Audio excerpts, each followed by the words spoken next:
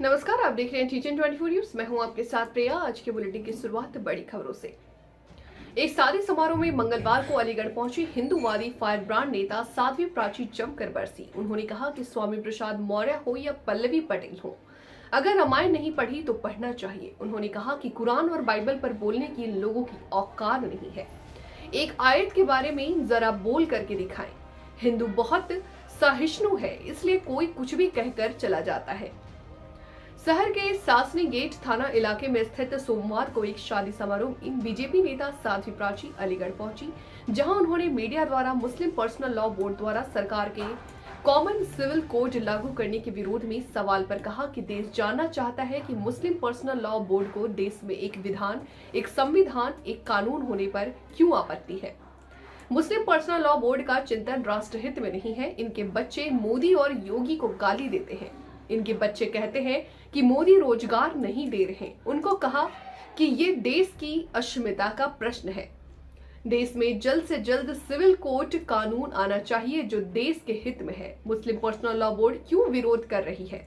उन्होंने कहा कि ये मेरी भी समझ से बाहर है। हमारे लिए धर्म से बड़ा राष्ट्र है। राष्ट्र के लिए हमें सब कुछ त्याग कर देना चाहिए। व्यक्तिगत स्वार्थों को लेकर मुस्लिम पर्सनल लॉ बोर्ड ये बयान बाजी करते हैं। देश हित में, राष्ट्र हित में कॉमन सिविल कोड बहुत जरूरी है, जिसे लागू होना चाहिए। लॉ बोर्ड की बैठक हुई थी और उसमें उन्होंने कहा है कि कॉमन सिविल कोड क्या जरूरी, सरकार इसके लिए ना। देखिए, देश जानना चाहता है कि मुस्लिम पर्सनल लॉ बोर्ड को देश में एक विधान, एक संविधान, एक कानून होने पर क्यों आपत्ति है। युवा रोज विरोध करते हैं। इनके जो बच्चे हैं ना, वो मोदी जी को, योगी जी को गाली देते हैं। रोजगार नहीं है, मोदी जी और रोजगार नहीं दे रहे हैं। फिर उनको बंद करो, चीखते चिल्लाते हो। ये देश की अस्मिता का प्रश्न है भाई, देश की रक्षा और सुरक्षा। बेरोजगारी बढ़ रही है, जल्दी से जल्दी देश के अंदर सिविल कोड कानून आना चाहिए और ये देश हित में है। मुस्लिम पर्सनल विरोध क्यों कर रही है? मुस्लिम पर्सनल लॉ बोर्ड क्यों विरोध कर रही, मेरे भी समझ से बाहर है। इसका मतलब उनका चिंतन राष्ट्र हित में नहीं है, देश हित में चिंतन होना चाहिए। हमारे लिए धर्म से बड़ा राष्ट्र है। और उनके राष्ट्र के लिए हमें सब कुछ अपना त्याग कर देना चाहिए। व्यक्तिगत स्वार्थों को लेकर के मुस्लिम पर्सनल लॉ बोर्ड ये बयानबाजी करते हैं। देश हित में, राष्ट्र हित में कॉमन सिविल कोड बहुत जरूरी और जल्दी से जल्दी आए, ये बहुत जरूरी है। मामला जिला झांसी के तहसील गरोठा अंतर्गत दुरखुरु का है, जहां निजी भूमि पट्टे के नाम पर बड़ी बड़ी मशीनों से नदी में से धड़ल्ले से बालू का अवैध खनन किया जा रहा, जिसकी शिकायत ग्रामीणों ने उप जिलाधिकारी गरोठा से की थी, परंतु जिम्मेदार अधिकारियों के कान पर जू नहीं रेंग रही है। सरकार के निर्देश अनुसार संपूर्ण प्रदेश में मुख्यमंत्री योगी जी द्वारा अवैध खनन पर लगाम लगाने के सख्त निर्देश के बाद भी हाल ही में खनिज विभाग की टीम द्वारा लगातार खदानों पर जांच करने के बाद भी खनन माफियाओं के ऊपर कोई असर नहीं हुआ है। खनन माफिया लगातार नदियों से अवैध खनन कर रहे हैं, जिसकी वीडियो पहले भी सोशल मीडिया पर वायरल हुई थी, जिसके बाद ठेकेदार द्वारा आनन फानन में नदी में खोदी गई और बालू के खदानों की पुराई करा दी गई।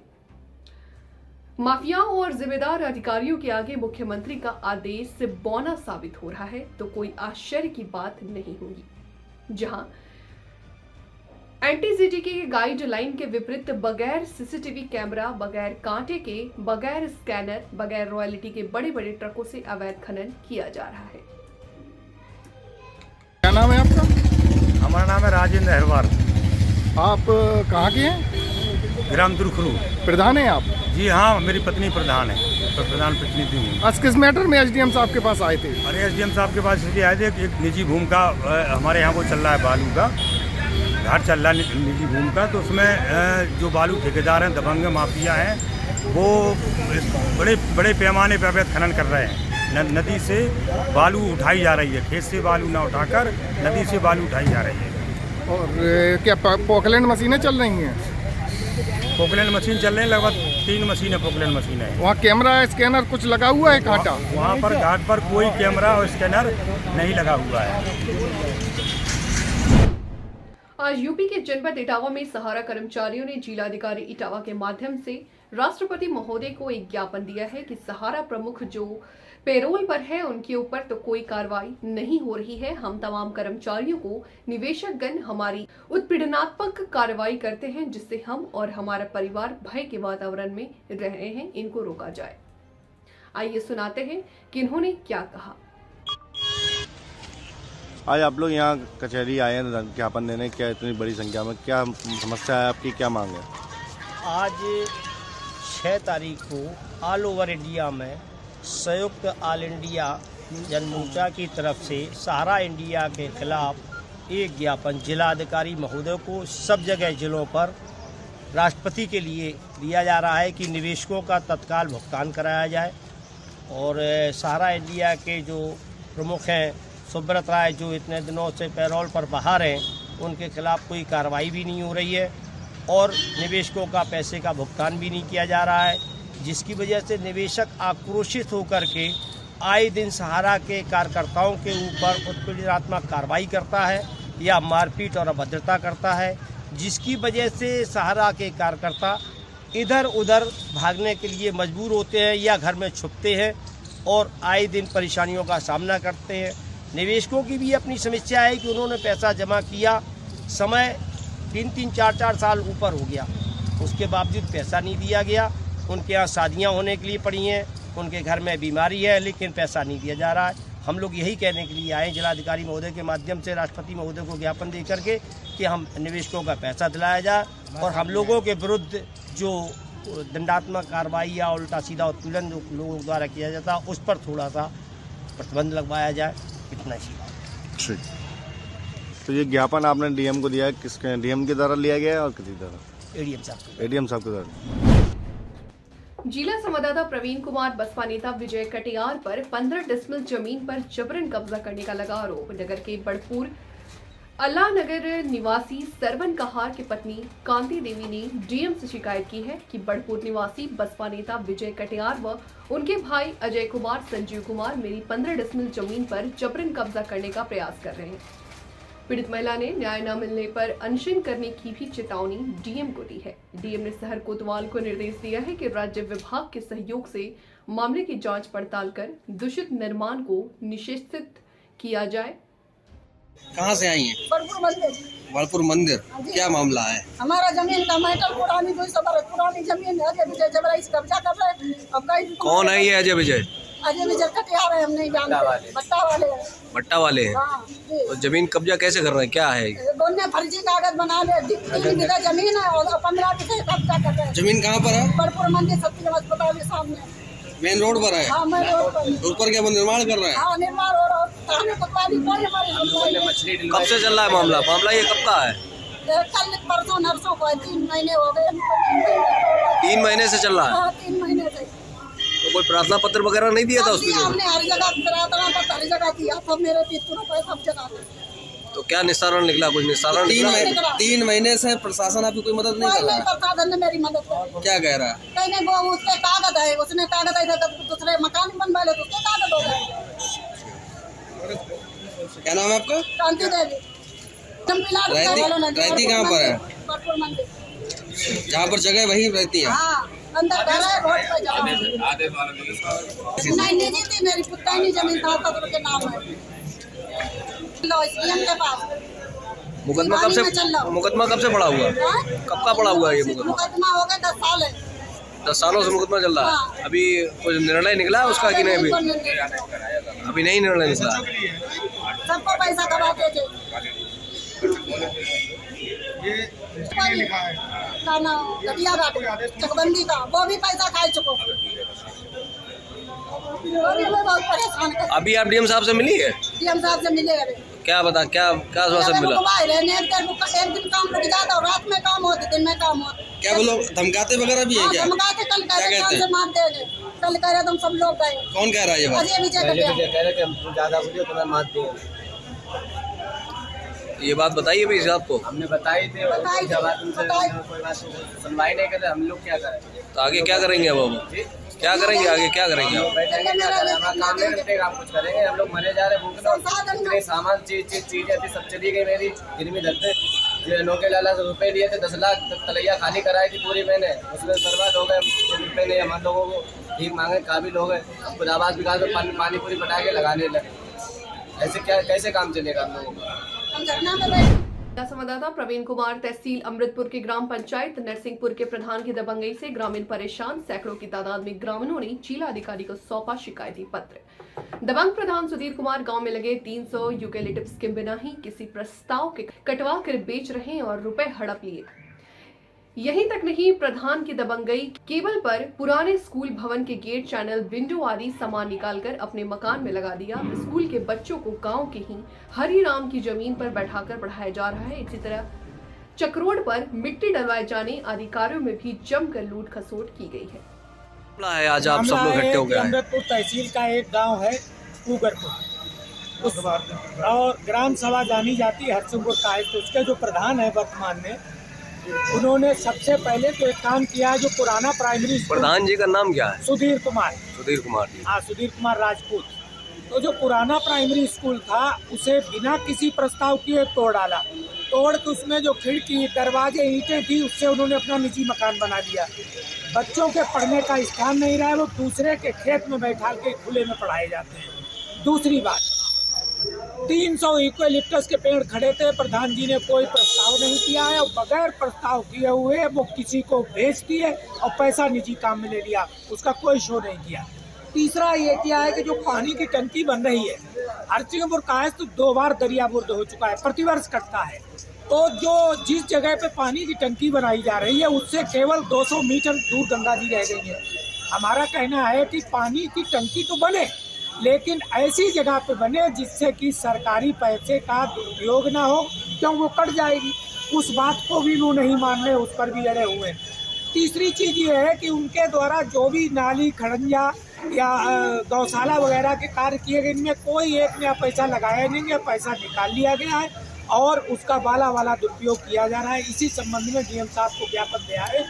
डीएम साहब ने जमीन, हाँ, और सबसे बड़ी एक और बात है, इस गांव सभा में 500 बीघा नवीन प्रति ग्राम समाज की जमीन है, उसे उन्होंने खुद गेहूं और सरसों बो रखा है, गन्ना, या अपने निजी आदमियों से बुवा के मतलब पैसा ले रखा है। तो हमारा कहना है कि उसकी इंक्वायरी हो और उस फसल की नीलामी हो, उन पर कार्रवाई। जैसे वकील साहब आपने बताया कि स्कूल का निर्माण जो उन्होंने तोड़बू के कहीं अपना निर्माण करा लिया, तो इस पे प्रशासन का क्या? डीएम साहब ने डीपीआरओ और डीडीओ और सिंचाई विभाग के अधिकारियों के लिए 3 पत्र यहाँ से अपने स्टेनों को बुला के कहा जारी करिए, उनकी जांच आज्ञा मंगा के तलब की। ये अभी तीनों लेटर आज ही जारी हो जाएंगे। बहराइच में सोमवार को मेडिकल कॉलेज के महिला वार्ड में बेटी बचाओ बेटी पढ़ाओ अभियान के तहत कन्या जन्मोत्सव कार्यक्रम का आयोजन हुआ। इस कार्यक्रम में जिला अधिकारी बहराइच डॉक्टर दिनेश चंद्र, एमएलसी विधायक प्रज्ञा त्रिपाठी, भाजपा नगर विधायक अनुपमा जायसवाल मौजूद रहे। भाजपा नगर विधायक अनुपमा जायसवाल ने नवजात बालिका के हाथ से केक कटवाकर कार्यक्रम का शुभारंभ किया। इस संबंध में बहराइच के जिला अधिकारी रोटा दिनेश चंद्र ने कहा कि सरकार द्वारा बालिकाओं को बचाने के साथ साथ पढ़ाने का भी कार्य किया जा रहा है ताकि वह शिक्षित बन सके और उन्हें समाज में सम्मान मिले। उन्होंने कहा कि लगातार सरकार द्वारा बालिकाओं के लिए विभिन्न लाभकारी योजनाएं चलाई जा रही हैं। कार्यक्रम का शुभारंभ श्री दिनेश कुमार ममोत्रा, उप श्री विश्वास के सहायक कमांडेंट श्री पंकज कुमार, अंचलाधिकारी छौरादनो श्री धीरेन्द्र कुमार, प्रमुख छौरादनो सुश्रा श्री गायत्री, कृषि वैज्ञानिक कृषि विज्ञान पिपरा कोठी और स्थानीय मुखिया श्री संतोष गिरी के द्वारा संयुक्त रूप से दीप प्रज्वलित कर किया गया। कार्यक्रम के दौरान श्री ममोत्रा ने बताया कि एसएसबी ने न सिर्फ सीमा पर अपना कर्तव्य निर्वहन करती है बल्कि जरूरतमंद किसानों के लिए व उनके जीविकोपार्जन के लिए कई नई तकनीकों से खेती करने की निःशुल्क प्रशिक्षण भी देती है। आपको बता दें कि कार्यक्रम के दौरान कृषि वैज्ञानिक डॉक्टर गायत्री ने सभी किसानों को उच्च गुणवत्ता वाले मशरूम उत्पादन का प्रशिक्षण जैसे भूसे को गीला करना, गर्म करना, मशरूम बीज मिलाना, लेयर बैठाना, पैकेट बनाना इत्यादि के बारे में जानकारी दिया। और आपको बता दें कि गांव से आए महिला व पुरुष किसानों से इसकी पैकेट भी तैयार कराया। साथ ही बताया कि मशरूम उत्पादन में बिहार राज्य वर्तमान में सबसे आगे है।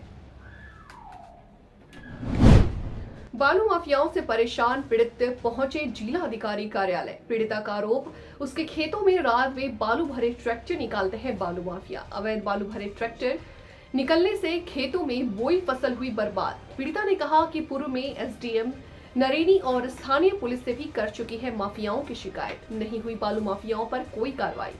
पीड़िता का आरोप, खेतों से अवैध बालू भरे ट्रैक्टर निकालने से मना करने पर गाली गलौज और जान से मारने की धमकी देते हैं। माफिया जिलाधिकारी ने पीड़िता को न्याय का दिलाया भरोसा। मामला नरेनी तहसील अंतर्गत महुई गांव का है। रहने वाली महुई थाना क्या लगता है? किस समस्या को लेकर यहाँ जिलाधिकारी करा? हमारी जो खेत के फसल है उससे निकाल रहा है बालू, सील हुए थे। हमने मना किया, बोई बुआई फसल सरसों बोए थे तो मार करके निकाल रहा है रात में चोरी से अवैध बालू। और हम थाने गए तो FIR नहीं हमारी दर्ज की गई। नरेनी डीएम को भी दिया है, 2-4 दिन हो गए, हमारी कुछ सुनवाई नहीं हुई। और हम मना करते हैं तो रात में कट्टा लेकर के धमकी देता, सफाई करता, हमें जान से मार देने की धमकी देता है। जादू है, मतलब मार दिया है। थाने गई थी, वहाँ क्या कहा थाने वाले? उन्होंने कहा 1-2 दिन तो कहा कि कर रहे हैं, FIR दर्ज कर रहे हैं। इसके बाद हम दोनों पक्ष कर देंगे। हम बोले सर हमारा क्यों दोगे? बोले तुम रात में उन्हें क्यों रोका? आज कहाँ आई वो? अब यहाँ डीएम साहब के पास आई। डीएम साहब से मुलाकात हुई? जी। क्या कहा उन्होंने? उन्होंने कहा कार्रवाई हो जाएगी, हम कोशिश करेंगे। आप क्या चाहते हैं? हम चाहते हैं कि हमें न्याय मिले और उसके मतलब ये लगे कि करहल में एक्सप्रेसवे पर एडीजे की गाड़ी डिवाइडर से टकरा गई थी। सूचना पर पहुंची पुलिस ने उन्हें सिफाई PGI पहुंचाया, जहां चिकित्सकों ने उन्हें मृत घोषित कर दिया। सड़क हादसे में एडीजे की मौत हो गई। फिरोजाबाद के सिकोहाबाद में मंगलवार सुबह आगरा लखनऊ एक्सप्रेसवे पर नगला खंगर थाना क्षेत्र अंतर्गत माइकल स्टोन 65 के समीप मेनपुरी में तैनात एडीजे पॉक्सो पूनम त्यागी की कार हादसे का शिकार हो गई, जिससे चालक और एडीजे गंभीर रूप से घायल हो गए। जानकारी होते ही थाना प्रभारी मौके पर पहुंच गए। गंभीर रूप से घायल एडीजे और उनके चालक को सिफाई PGI में भेजा गया, जहां डॉक्टर ने परीक्षण के उपरांत एडीजे को मृत घोषित कर दिया, जबकि चालक का उपचार चल रहा है। छुट्टी बिताने के बाद लौट रही थी मेनपुरी। 2 दिन की छुट्टी बिताने के बाद एडीजे पॉक्सो पूनम त्यागी अपनी कार से मेनपुरी लौट रही थी, जब उनकी कार आगरा लखनऊ एक्सप्रेसवे पर 65.700 माइलस्टोन के समीप पहुंची। तभी चालक की नींद आ गई, जिससे कार आगे जाकर के ट्रक के पीछे में घुस गई।